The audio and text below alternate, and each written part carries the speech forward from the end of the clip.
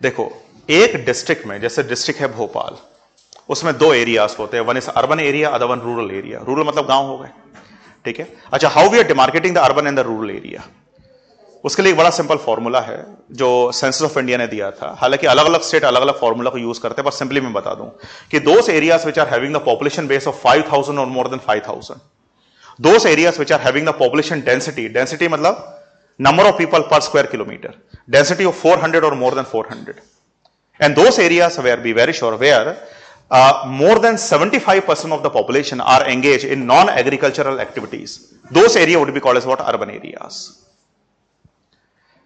यदि एक डिस्ट्रिक्ट के अंदर कोई एक ऐसा एरिया, जगह, सुनो, या सेटलमेंट इन तीनों क्राइटेरिया को पूरा करे, या तीन में से कोई एक क्राइटेरिया को पूरा करे, उस जगह की पॉपुलेशन 5000 से ज्यादा हो, 5000 है उससे ज्यादा हो, डेंसिटी 400 है उससे ज्यादा हो, और तीसरा क्राइटेरिया तो हम लोग पूरा ही नहीं करते हैं कि 75% of the person engage in non agriculture activities.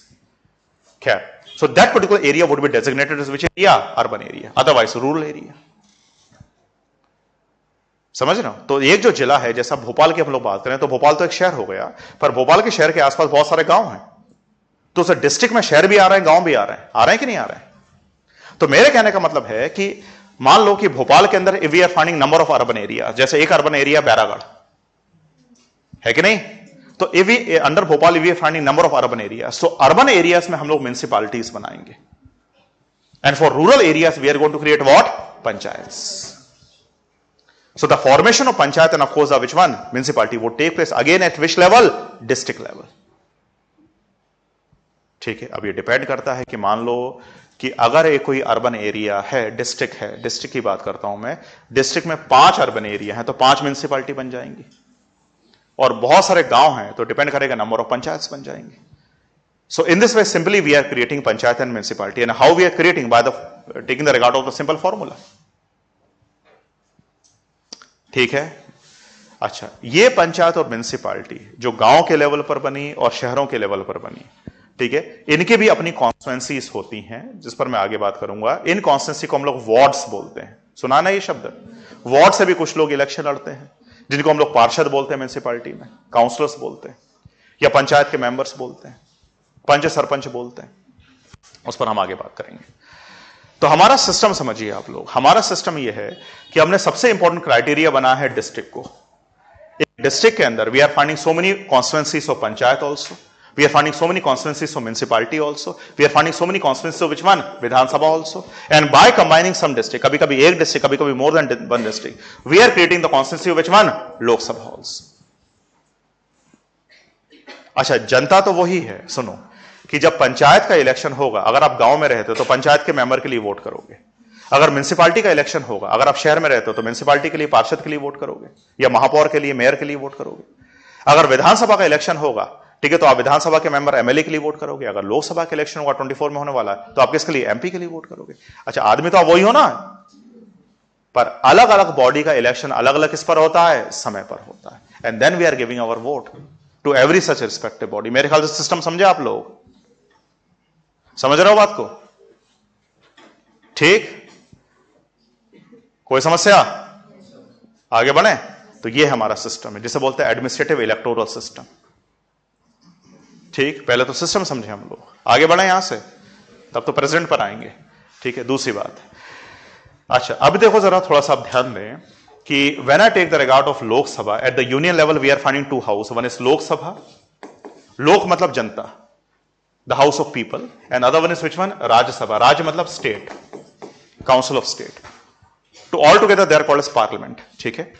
अच्छा, total number of Lok Sabha seats are 543। पहले लोकसभा पर जरा फोकस करते हैं, and at present total number of Rajya Sabha seats are 245।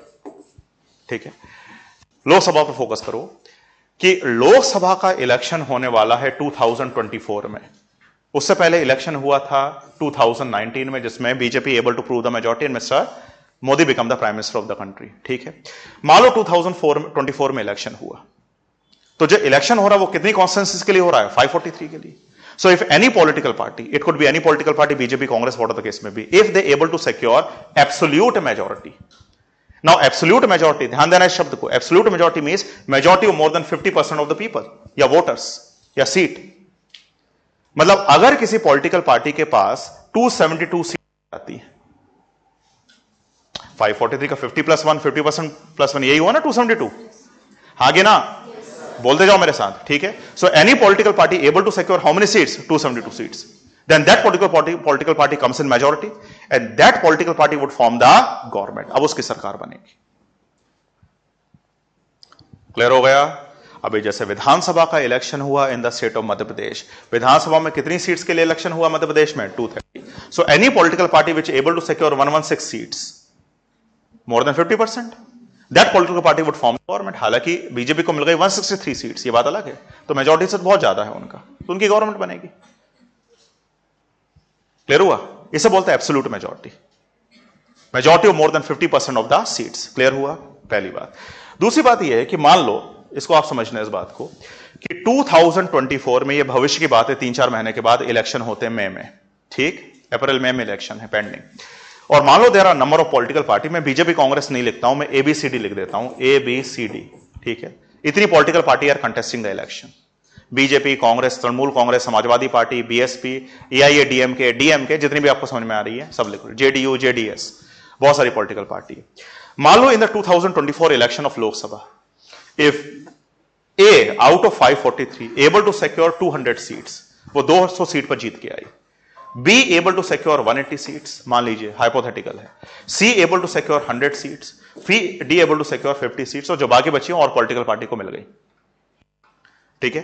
अच्छा, इस केस में आपको यह समझ में आएगा कि no political party able to secure the majority, majority of the magic figure of how many seats? 272। तब कोई पॉलिटिकल पार्टी मेजॉरिटी लेके नहीं आई, इसे बोलते हैं हंग पार्लियामेंट या हंग हाउस।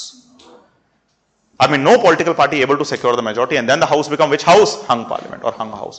अब ये possibility हो सकती है कि now A with the support of C और B with the support of C और B with the support of C or D, और जो भी कुछ है permutation combination, ठीक है।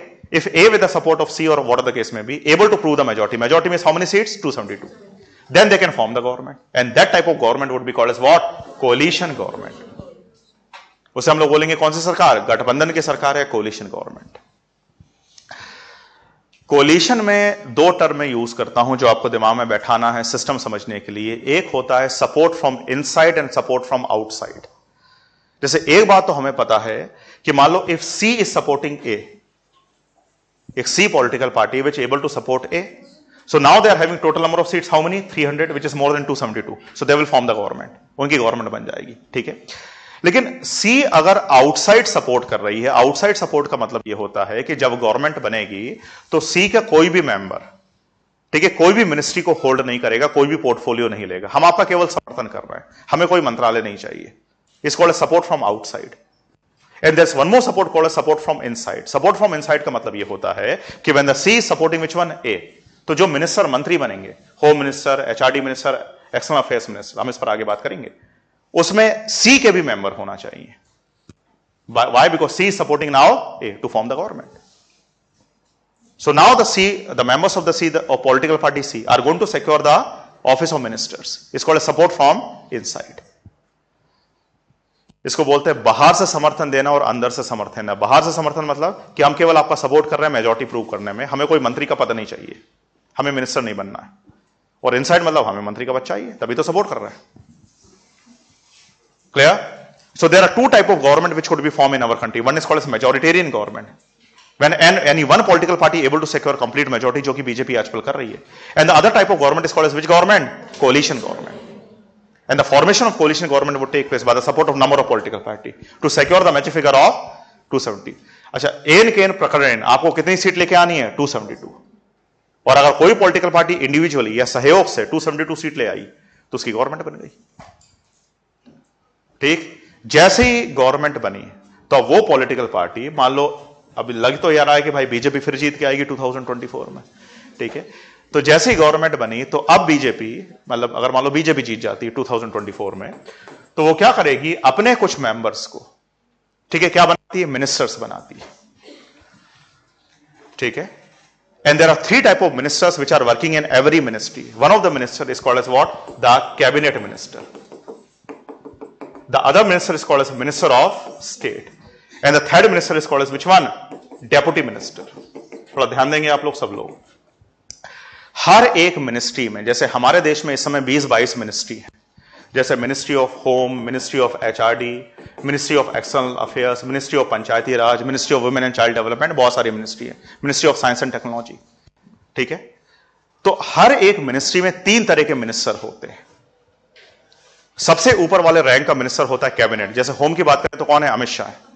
उनके नीचे उनको सपोर्ट करने के लिए एक और मिनिस्टर होता है जिसे बोलते हैं मिनिस्टर ऑफ स्टेट। उनको सपोर्ट करने के लिए within the same ministry we are finding one more minister called as what? Deputy minister. So every ministry we are finding 3 type of ministers. अच्छा, ऑल टुगेदर हम लोग ये कह सकते हैं कि of course in the when all the ministers are combined together, हर एक मिनिस्ट्री में 3 मिनिस्टर होते हैं। ठीक है, and the group of these ministers, all the ministers, 3 type of minister, is called as council of ministers. Council of ministers headed by the prime minister literally means nothing but government of India. तो तीनों minister का जो समूह है, group है, उसे बोलेंगे council of ministers और government of India headed by the prime minister. Clear? कभी कभी आपने सुना होगा कि किसी मिनिस्टर को स्वतंत्र प्रभार दे दिया जाता है, इंडिपेंडेंट चार्ज दे दिया जाता है। इंडिपेंडेंट चार्ज का मतलब यह होता है कि कभी कभी minister of state had been appointed और has been given a independent charge of any ministry. तो when the minister of state had been given a independent charge of any ministry, then in the same ministry we are not appointing cabinet minister. अगर minister of state को, जैसे मान लीजिए मैं example देता हूं, ministry of पंचायती राज का independent charge दे दिया, तो अब जो इंडिपेंडेंट चार्ज वाला जो मंत्री होगा, जो मिनिस्टर ऑफ स्टेट है, उसी मिनिस्ट्री में हम लोग कैबिनेट मिनिस्टर का अपॉइंटमेंट नहीं करेंगे। And always a minister of state had been given of course independent charge of any ministry. Generally we are having 3 ministers in every ministry, cabinet, minister of state and deputy minister. अच्छा, minister of state को बोलते हैं राज्य मंत्री, deputy minister को हिंदी में बोलते हैं उप मंत्री। क्लियर? और ये जो मिनिस्ट्री है वो फिल्टर और फनल के तौर पर काम करती है। All the important decision with regard to the concern ministry would be taken by cabinet minister. एक चीज क्लियर हुआ? अच्छा, हालांकि गवर्नमेंट बनाने के लिए किसी भी पॉलिटिकल पार्टी को मेजॉरिटी प्रूव करनी पड़ती है लोकसभा में, लेकिन जो मिनिस्टर्स बन सकते हैं वो राज्यसभा से भी बन सकते हैं। राज्यसभा पर हम आगे आते हैं। So any member of Rajya Sabha can also become minister, can also become minister, वो भी हो सकता है। जैसे Manmohan Singh is from Rajya Sabha, Jaishankar is from Rajya Sabha. ठीक है, Scindia sahab is also from Rajya Sabha, Ashwini Vaishnaw of course from Rajya Sabha. ठीक है, तो मैं जो कहना चाह रहा हूं आप लोगों को कि any person who is also member of Lok Sabha और Rajya Sabha can become minister, but of course every political party has to prove the majority in which house? Lok Sabha. जब तक लोकसभा में मेजॉरिटी प्रूव नहीं होगी तब तक गवर्नमेंट नहीं बनेगी। हाँ, गवर्नमेंट के जो मंत्री हैं वो कहीं से भी आ सकते हैं, लोकसभा से या राज्यसभा से। और 3 तरह के मंत्री होते हैं, cabinet, minister of state and deputy minister. यहां तक क्लियर हुई बात? आगे बढ़े? ठीक। अच्छा, एक चीज आपको और दिमाग में रखना है कि with regard to the election of Lok Sabha and Rajya Sabha, ठीक, तो ये तो हमने इलेक्शन कर लिया और इस तरीके से हम लोगों ने we have created body called as what? Council of ministers. अच्छा, लेकिन एक और बॉडी के बारे में आपने सुना होगा, कैबिनेट। कैबिनेट का मतलब होता है body, a permanent body basically of government of India which contains only cabinet ministers. मान लो if we at present if we are finding total 20 ministries in at the union level of government of India, तो कितने minister हो जाएंगे? 20 हो जाएंगे। And the body which contain only cabinet minister, high rank minister would be called as what? Cabinet. जैसे आपको जिन मंत्रियों का चेहरा दिखता है एक्चुअली वो कैबिनेट मिनिस्टर ही हैं। Jaishankar cabinet minister of external affairs, ठीक है, Prakash Javadekar HRD, Amit Shah of course home. ठीक है, तो मैं जो समझाना चाहता हूं कि we are actually looking cabinet minister, क्योंकि उसके नीचे बहुत सारे मिनिस्टर्स हैं। So the body which contain only cabinet minister is called as what? Cabinet. Clear? और इस तरीके से इसी तरह के मिनिस्टर स्टेट लेवल पर भी होते हैं। At the state level also अभी गवर्नमेंट बनेगी, आप लोग देखोगे, कुछ को बनाया जाएगा कैबिनेट मंत्री, कुछ को बनाया जाएगा मिनिस्टर ऑफ स्टेट, कुछ को बनाया जाएगा क्या? Deputy minister. So there are 2 type of government, state government and union government. मेरे ख्याल से कंसेप्ट क्लियर हुआ? आगे बढ़े अब? ठीक है, तो यह पूरा system by which of course the whole functioning of the democracy would take place. Done?